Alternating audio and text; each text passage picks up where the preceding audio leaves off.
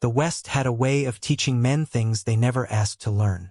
It taught them about thirst, real thirst, the kind that turns your tongue to leather and your thoughts to dark places. It taught them about loneliness, the kind that settles into your bones like cold wine through a cracked wall. And sometimes, if a man was lucky or maybe unlucky depending on how you look at it, it taught him something about kindness. A single bowl of stew. That's all it was. One woman. One bowl. One moment on a dying autumn evening when the clouds sat low over the Wyoming hills like they were too tired to move. But that bowl of stew, given to a stranger with nothing to offer in return, would set off a chain of events that nobody in Cutter's Bend could have predicted. Not the sheriff. Not the ranchers. Not even the man himself. His name was Cole Danner, and the woman who fed him was Eleanor Voss. A widow with 300 acres, 2 young children, and enemies she didn't even know she had yet. Before we begin, tell me, where are you watching from? Sending love your way, every single one of you. Now, let's go back to the day Cole Danner rode into the wrong town at the right time. Because what happened next, nobody saw coming. The horse came first. It walked out of the tree line at the edge of Eleanor Voss's property just as the sun was giving up on the day. That strange orange hour when everything in Wyoming looks like it's on fire and nothing casts a clean shadow. The horse was a brown roan, thin through the ribs, moving slow and deliberate like it was hauling something heavier than a man. And it was. Cole Danner sat slumped in the saddle with one hand wrapped around the horn and the other hanging loose at his side. His hat was pulled low. His coat was torn at the shoulder, dark with something that wasn't dust. He swayed with every step the horse took, but he didn't fall. Men like Cole didn't fall easy, they just leaned further and further until something stopped them. That something was Eleanor Voss's fence post. The roan walked right up to it and stopped like it knew this was far enough. Cole lifted his head. His eyes were glassy, unfocused, the color of creek water in winter. He looked at the farmhouse. He looked at the smoke coming from the chimney. He looked at the warm amber glow in the single front window. Then he looked down at the ground like he was measuring the distance. Eleanor saw him from the kitchen. She had been standing at the stove, stirring the evening stew. Elk and potato, a thin broth that had to last 2 more meals after tonight. Her daughter, Maggie, 7 years old with her mother's dark eyes, was sitting at the table drawing shapes in the dust on the wood with her finger. Her son, Thomas, 10 years old and already too serious for his age, was outside stacking firewood before the cold made it impossible. It was Thomas who came running in first. "Mama," he said, breathing hard, "there's a man at the fence." Eleanor didn't answer right away. She already knew. She'd seen him through the glass. She wiped her hands on her apron and picked up the rifle that leaned against the wall beside the back door. Not because she was afraid, though she was a little, but because she'd learned 2 years ago the hard way that the West didn't reward women who opened doors without thinking. Her husband, Robert Voss, had taught her many things before the fever took him in the spring of '69. One of them was this: strangers come in all shapes, and not all of them are dangerous, but you don't know which kind until it's too late to matter. She walked out onto the porch. The man on the horse hadn't moved. "You need to state your business," she called out. Her voice was even, firm. The rifle was low at her side, but her hand was on the stock. The man raised his head slowly. When he spoke, his voice was rough and dry as gravel in summer. "I don't have any business, ma'am," he said. I'm having some trouble staying upright." And then, almost peacefully, Cole Danner slid sideways out of the saddle and hit the dirt. Eleanor stood there for one long second. Thomas appeared at her elbow. Maggie pressed her face to the window glass from inside. "Is he dead?" Thomas asked. "Not yet," Eleanor said. She leaned the rifle against the porch railing, close enough to grab, and walked down the steps. He was face down in the dirt between 2 fence posts, one boot still caught in the stirrup. The roan stood there patiently, turning its head to look at him like even it was tired of his nonsense. Eleanor knelt beside the man and turned him over. His face was young or had been once. Somewhere in his 30s, she guessed, though hardship had added years to the corners of his eyes and the line of his jaw. There was a wound on his left side, below the ribs. Old enough to be crusted over. Fresh enough to still be weeping. "Someone shot you," she said. He opened one eye. "Yes, ma'am," he said. "A few days back." "A few days," she repeated flatly. "I was riding away from it," he said. Seemed like the smart move at the time. Despite herself, Eleanor almost smiled. Almost. "Thomas," she said without turning around. "Go get the blanket from the chest. The heavy one." Thomas hesitated. "Mama, now, please." Between the two of them, the woman and her 10-year-old son, they got Cole Danner off the ground and through the front door. It wasn't graceful. Cole tried to help with his feet and mostly succeeded in making things more complicated. Maggie held the door open and watched with wide eyes as the stranger was lowered onto the floor near the fire. Eleanor went back to the kitchen. She came back with a bowl of stew. It wasn't much. She knew that. She'd been stretching that pot of broth for 3 days already, and this bowl was supposed to be her supper. But the man's ribs were showing through his torn shirt, and his hands were shaking, and there was something in his eyes when they were open that looked like a man who had been running from something for a very long time. She set the bowl on the floor beside him. He stared at it for a moment. "I got nothing to pay you with," he said. His voice was quiet, almost ashamed. "I didn't ask for payment," she said simply. She handed him a spoon. "Eat before it gets cold." He ate. He ate slowly, carefully, like a man who had forgotten that food was supposed to bring comfort and was just remembering. Eleanor cleaned the wound on his side without asking for permission, and he didn't object. Thomas watched from the doorway. Maggie fell asleep on the rug 3 feet away. Outside, the wind picked up. The first real cold of autumn pushed against the windows, rattling the glass in the frames. And Cole Danner ate his stew, and Eleanor Voss watched him, and neither one of them said a word. But somewhere out in the darkness beyond the tree line, a lantern moved between the pines. Someone else had seen the stranger arrive. Cutter's Bend was the kind of town that looked honest from a distance.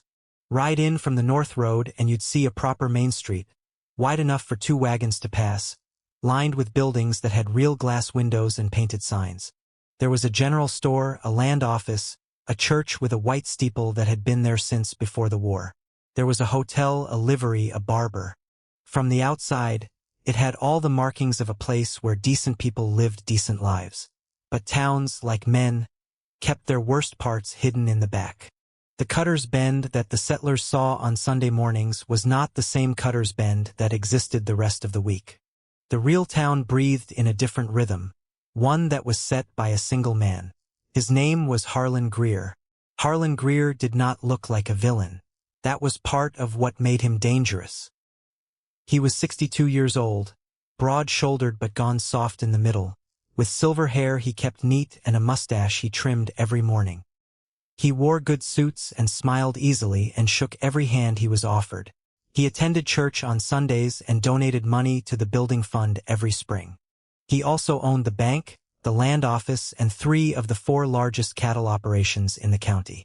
And for the past 18 months, he had been quietly and methodically trying to own something else. Eleanor Voss's land. The Voss Ranch sat on 312 acres in the valley east of town, bordered on 2 sides by Cutter's Creek, the best water source in the county. Robert Voss had homesteaded it in '62, built the house himself, dug the well, planted the orchard. When he died in '69, he left it to Eleanor clear and free, no mortgage, no debt. It was hers legally and entirely. That fact bothered Harlan Greer more than he let on. He'd made his first offer to Eleanor 3 weeks after Robert's funeral.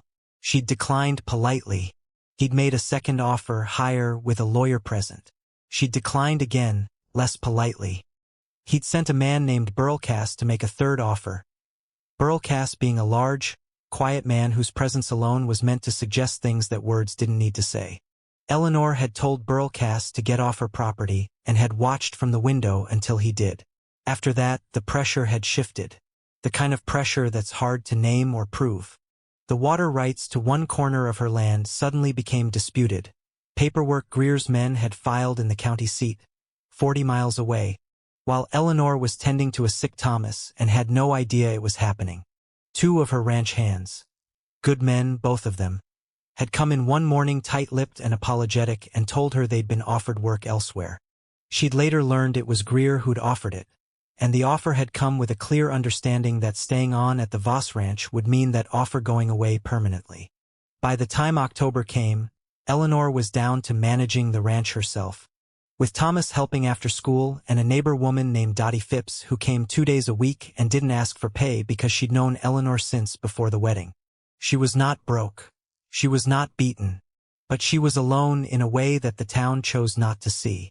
The morning after Cole Danner arrived, word had already spread to Cutter's Bend.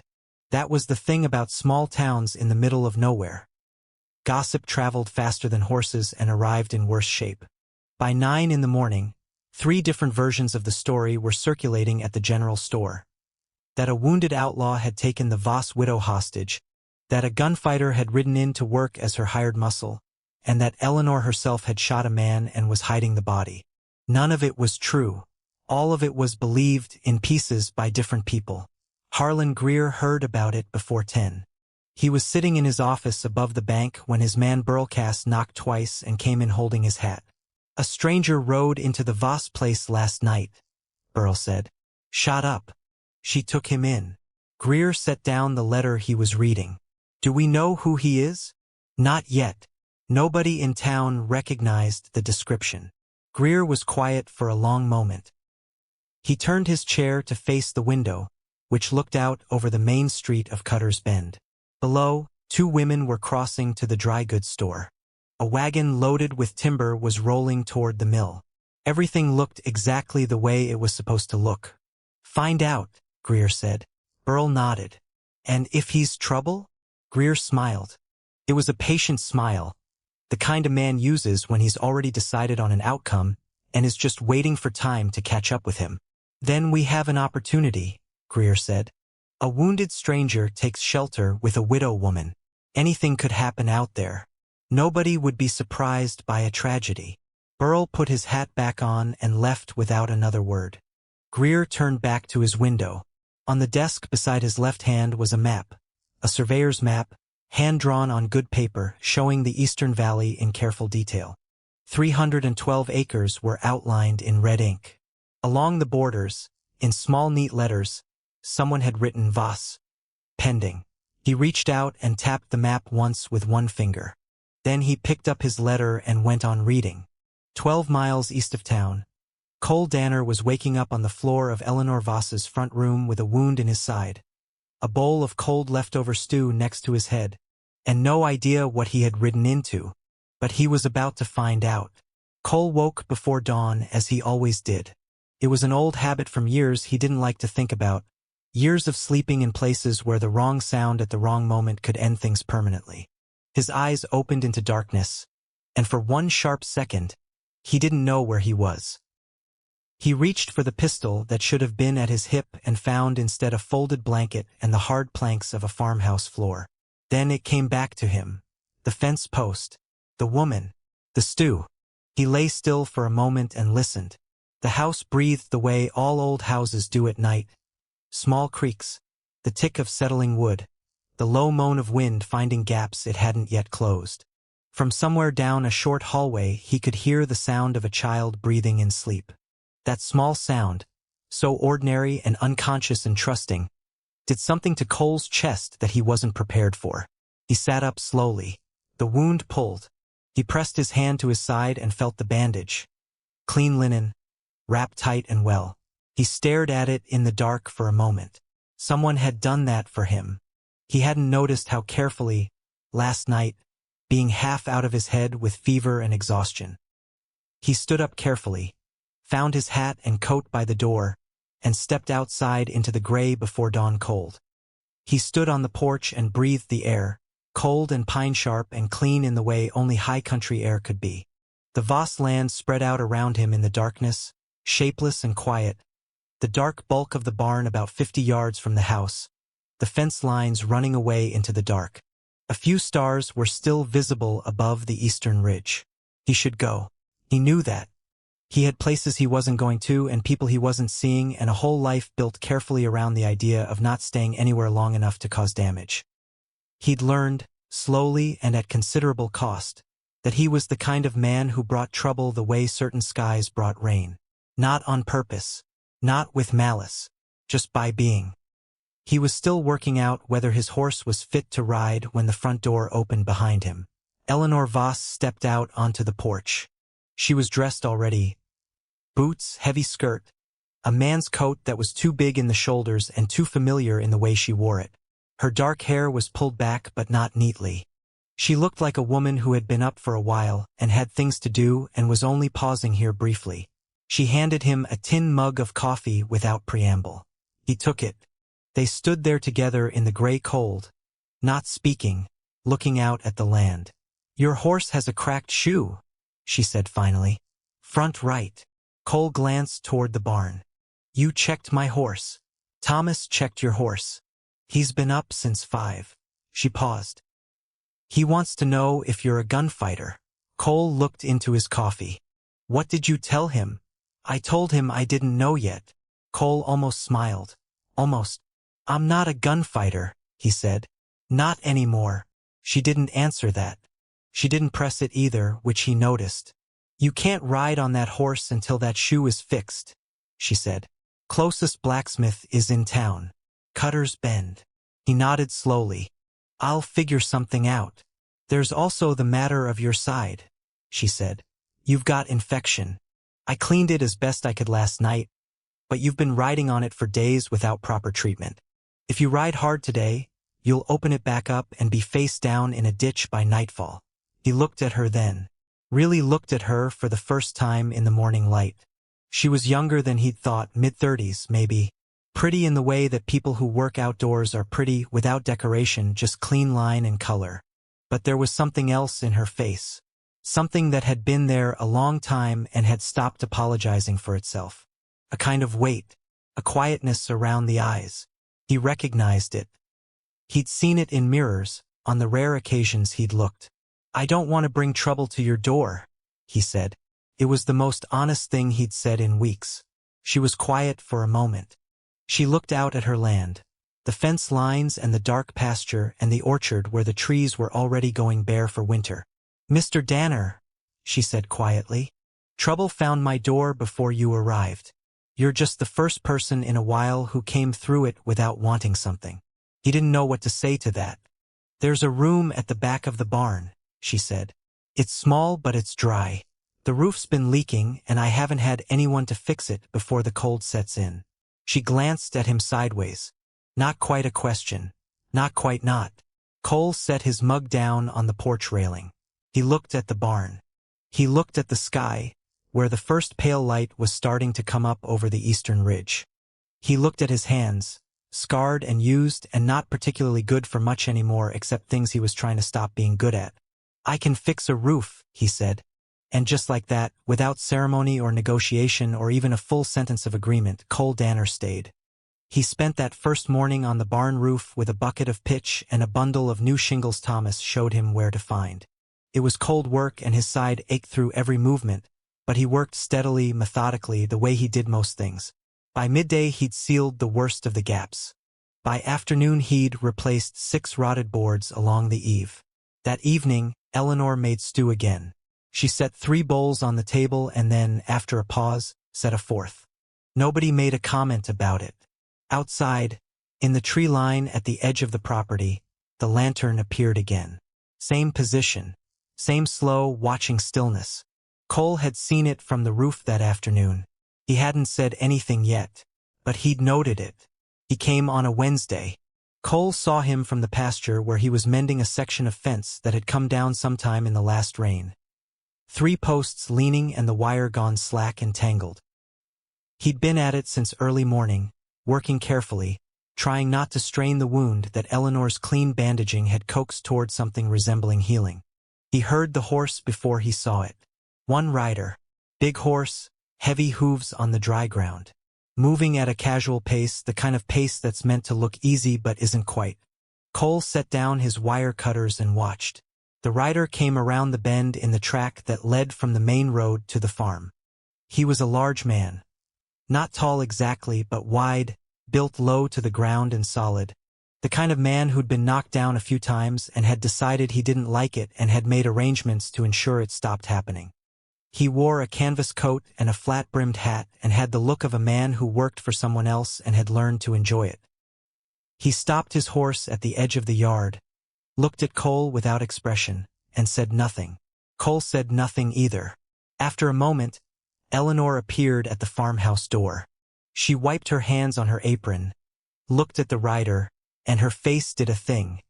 A small, almost invisible tightening around the jaw that told Cole she knew exactly who this was and had been expecting him for some time. "Burl," she said. "Mrs. Voss." The man touched his hat brim. His eyes moved back to Cole. "Didn't know you had company. Mr. Danner's been kind enough to help with some repairs," Eleanor said. Her voice was steady, polite, distant in the way that certain women in the West had perfected, a tone that gave nothing away and invited nothing back. Burl Cass dismounted. He was even larger on the ground, the way big men sometimes get bigger when there's nothing to measure them against. He tied his horse to the fence post, Eleanor's fence post, without asking, and walked slowly toward the house.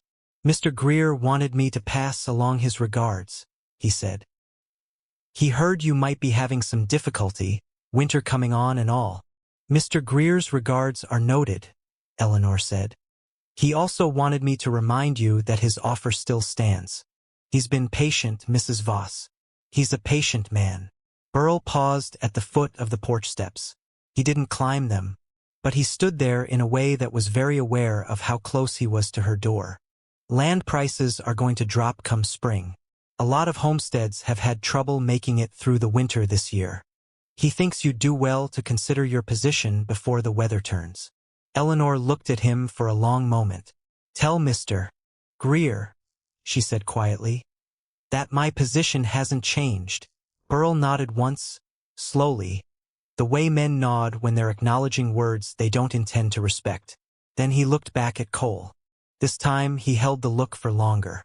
Cole had been watching from the pasture, 20 yards away, leaning on the fence post with his arms folded. He hadn't moved since Burl arrived. He hadn't reached for anything. He was just standing there, still and easy and watching, the way a dog watches something from across a yard. Not threatening, not backing down, just there, fully and completely there, in a way that communicated things that didn't need words. "You planning on sticking around, friend?" Burl called out. "Just fixing fence," Cole said pleasantly. Burl looked at him for another long second. Then he looked at Eleanor. Then he looked back at Cole one more time and seemed to be calculating something in his head. Some arithmetic of risk and reward that men like Burl were always doing without quite knowing they were doing it. He untied his horse. "Good day, Mrs. Voss," he said, and rode out. Eleanor waited until the sound of his horse had faded completely before she stepped down off the porch. She walked out to where Cole was standing and stood beside him, looking down the empty track. "Harlan Greer," she said. "Just the name, nothing else." "Big man's his?" Cole asked. "His foreman. And more than that when occasion calls for it." Cole nodded. He picked up his wire cutters and went back to the fence. Eleanor stood there a moment longer, watching the empty road. "He'll come back," she said. "With more than words, eventually." "I know," Cole said. "You should know what you're staying around for," she said. There was no accusation in it, just honesty. Cole clipped a wire end and bent it back around the post. "Tell me about the land," he said. So she did. She talked as he worked, about Robert, about the homestead, about the water rights and the land office and the paperwork that had appeared like magic in the county seat while she wasn't looking. She talked about the ranch hands who'd left, and the offers that had come with the cold politeness of men who want you to understand your situation is already decided. She talked about the winter that was coming and the firewood that still needed cutting and the mortgage that didn't exist but might be made to look like it did if the right paperwork found its way into the right hands. Cole listened to all of it without interrupting. When she was done, the sun was lower and the wind had picked up and his side was aching in a steady, serious way that he was choosing to ignore. He straightened up and looked at her. "You don't have anyone," he said. Not a question. I have Thomas and Maggie, she said. I know what you mean. She looked at him steadily. No, I don't. Cole was quiet for a moment. Before the first snow, he said, you'll have your fence fixed and your roof sealed and your firewood cut.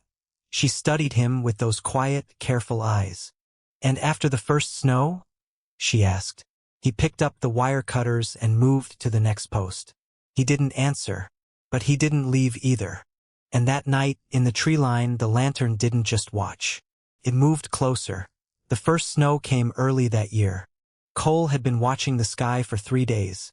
The way it sat low and heavy over the ridgeline, that specific gray-white color that wasn't just cloud but something denser, something that meant business. He'd cut firewood from before dawn until after dark for 2 days straight, stacking it against the north wall of the house where it would stay driest. He'd sealed the last of the barn gaps with pitch and fresh boards. He'd checked the fence lines one final time and repaired the gate latch that had been sticking. He'd also cleaned his pistol twice. That was the other thing he'd been doing, quiet, methodical preparations of a different kind. Not because he'd decided to become something he'd been trying not to be, but because he was not a stupid man, and Burl Cass had ridden back through twice in the past week. Once at dusk, once in full dark, and the lantern in the tree line had become a nightly presence. They were watching. They were measuring. And men like Harlan Greer didn't watch and measure forever. The snow started on a Thursday evening, light flakes that didn't mean anything yet. By midnight, it meant everything. Cole was in the barn. He'd been sleeping there on a cot in the back room, which was drafty but private, when he heard the horses. Not one horse. Multiple. Moving in the careful, deliberate way that men move when they're trying to arrive somewhere without being heard. He was on his feet before the sound had finished registering. He checked the pistol, pulled on his coat, went to the barn door and looked through the gap. 3 riders, coming from the tree line, moving across the pasture toward the house. The snow was coming down steadily now, muffling sound, blurring the shapes of things. But Cole could see them well enough. They weren't riding toward the front door. They were moving around the side of the house, toward the back, toward the door that led to where Thomas and Maggie slept. Cole moved. He came out of the barn at an angle, keeping low, using the corner of the woodpile as cover.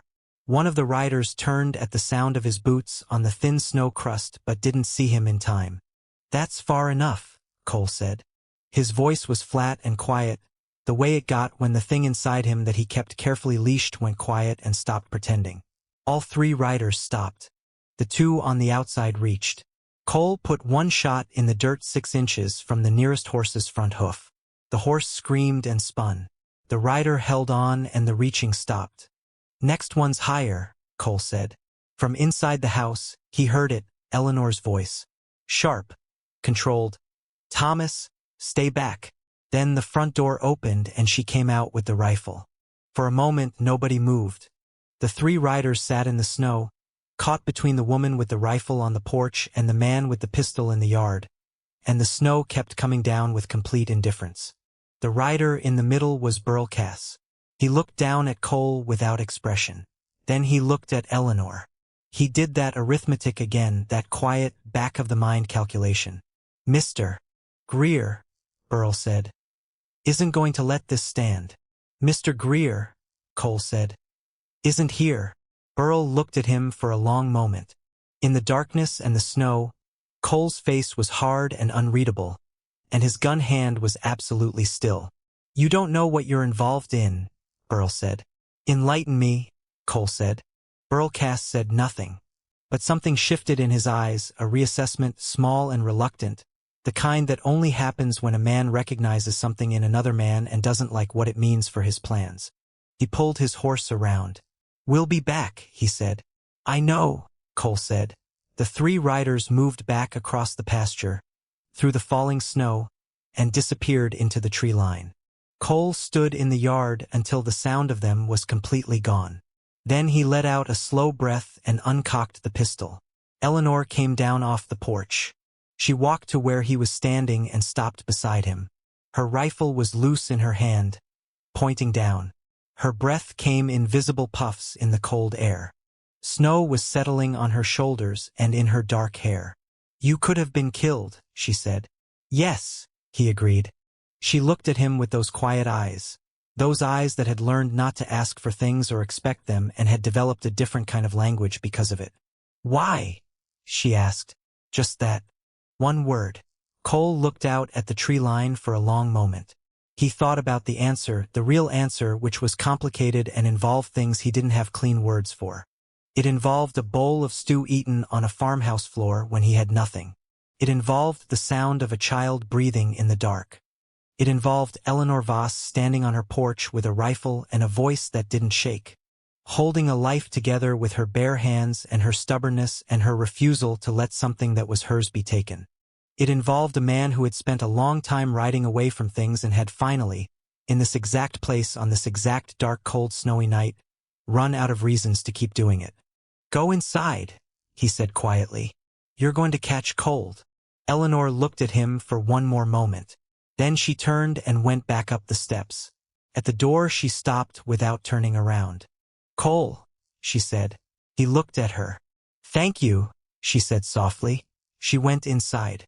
Cole stood in the falling snow for a long time, alone in the white silence of a Wyoming winter that was just getting started. Behind him, the farmhouse windows glowed warm and steady. In front of him, the darkness waited. Tomorrow was going to be a different kind of day. He rode into Cutter's Bend alone. It was the morning after the snow, and the world had gone white and quiet the way Wyoming does after a heavy fall. Everything softened, everything muffled, the sky low and pale. His breath and the roan's breath rose together in visible clouds. The road into town was tracked with fresh hoofprints. Someone else had ridden in recently. Several someones. The main street of Cutter's Bend was almost empty at that hour. A man was shoveling the walk in front of the hotel.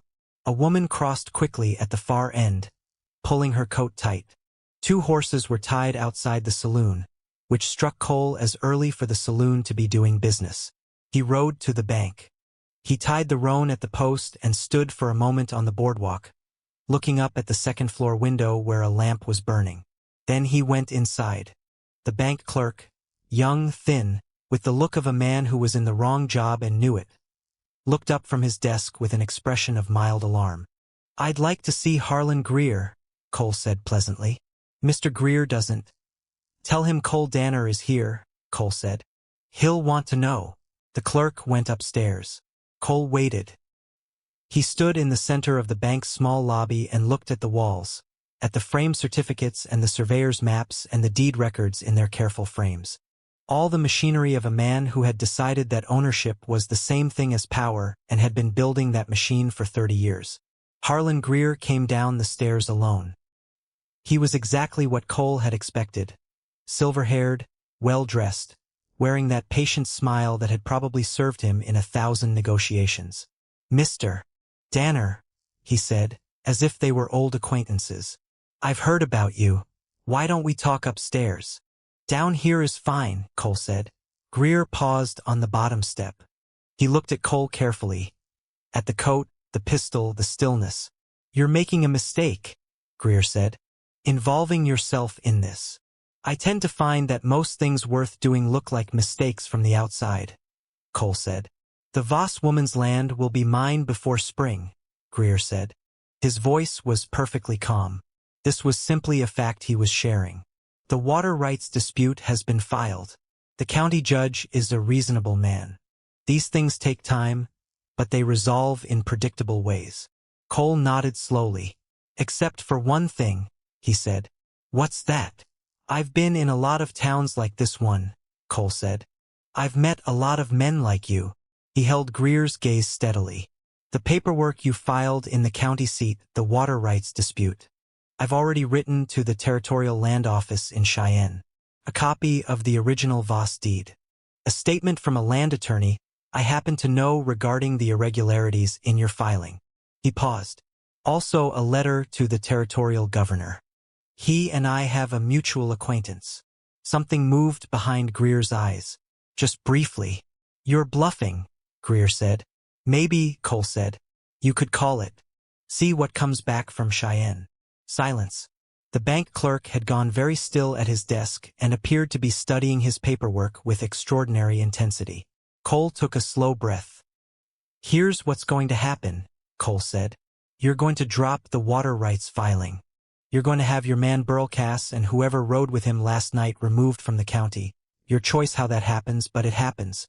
And you're going to leave Eleanor Voss and her children and her 300 acres completely and permanently alone." Greer looked at him for a long, measuring moment. "And if I don't? Then what I sent to Cheyenne is just the beginning," Cole said. "I've spent 15 years in this territory. I've worked for the Marshal Service, I've ridden for the Railroad Commission, and I've testified in 3 land fraud cases, 2 of which ended with men of significantly more standing than you sitting in federal court explaining their paperwork." He let that settle. "I'm not a gunfighter, Mr. Greer. I'm considerably more inconvenient than that." The smile was gone from Harlan Greer's face entirely now. He looked like what he actually was, an old man who'd built his power carefully and quietly and had just learned that power built on buried things is always at risk of what might be dug up. Cole put on his hat. "I'll give you until the end of the week," he said. "After that, I'll be writing another letter." He walked to the door, put his hand on it. "One more thing," he said without turning around. "Those 2 men Burlcass brought with him last night? They rode close to that farmhouse. Close to where those children sleep." His voice dropped half a register. "Just half. That was the wrong call. Make sure it's understood." He opened the door and walked out into the white morning. He stood on the boardwalk for a moment, breathing the cold air. His side ached. His hands were steady. He untied the roan, mounted slowly, and turned the horse east, back toward the valley, back toward the fence lines and the orchard and the barn and the farmhouse with the warm light in the window. Behind him, in the bank, he heard nothing. No sound of running. No call for Burlcass. No boots on the stairs. Just silence. Which was, he had learned long ago, what a man sounds like when he's deciding whether to be afraid. Cole rode out of Cutter's Bend at a slow walk, the snow crunching softly under the roan's hooves, the pale sky pressing down on the white world, everything still and cold and clean. He didn't look back. The paperwork was dropped by the end of the week. Nobody in Cutter's Bend ever quite knew why. There were theories, there always are in small towns. Some said Harlan Greer had been warned off by someone in Cheyenne. Some said the land filing had problems that a closer look had revealed. Some said the widow Voss had found herself a protector, and that the protector had a reputation that made certain calculations come out differently than expected.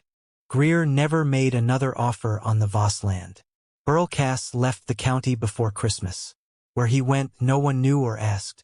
The lantern in the tree line never appeared again. Winter settled hard over the valley that year, deep snow, long cold, the kind of weeks where the world shrinks down to the size of whatever warmth you've managed to build around yourself. Inside the Voss farmhouse, that warmth was real and earned and enough. Thomas got through his schoolbooks twice and started on a third. Maggie learned to bake bread with acceptable results. The firewood held. Cole Danner stayed through winter. He fixed the things that needed fixing. He worked the land in the ways it needed working. He ate supper at the table with the family 365 nights running, and on no particular evening did anyone make a comment about it or suggest it was remarkable. In the spring, he helped plant the orchard's new section, 12 young apple trees along the south fence, which Eleanor had been meaning to do for 2 years. Nobody asked him if he was staying. Nobody had to. There is a thing that the West understood about certain men, that the ones who had been running the longest had simply been looking, without knowing it, for something worth stopping for. Something that asked nothing of them except to be there. Something simple and real and warm. A bowl of stew. A window with light in it. A woman who said thank you and meant it in a way that carried the weight of everything she'd been carrying alone. Cole Danner had come through that door with nothing. He never left again. What would you have done in his place, ridden on or stayed? Leave your answer below. I read every single one.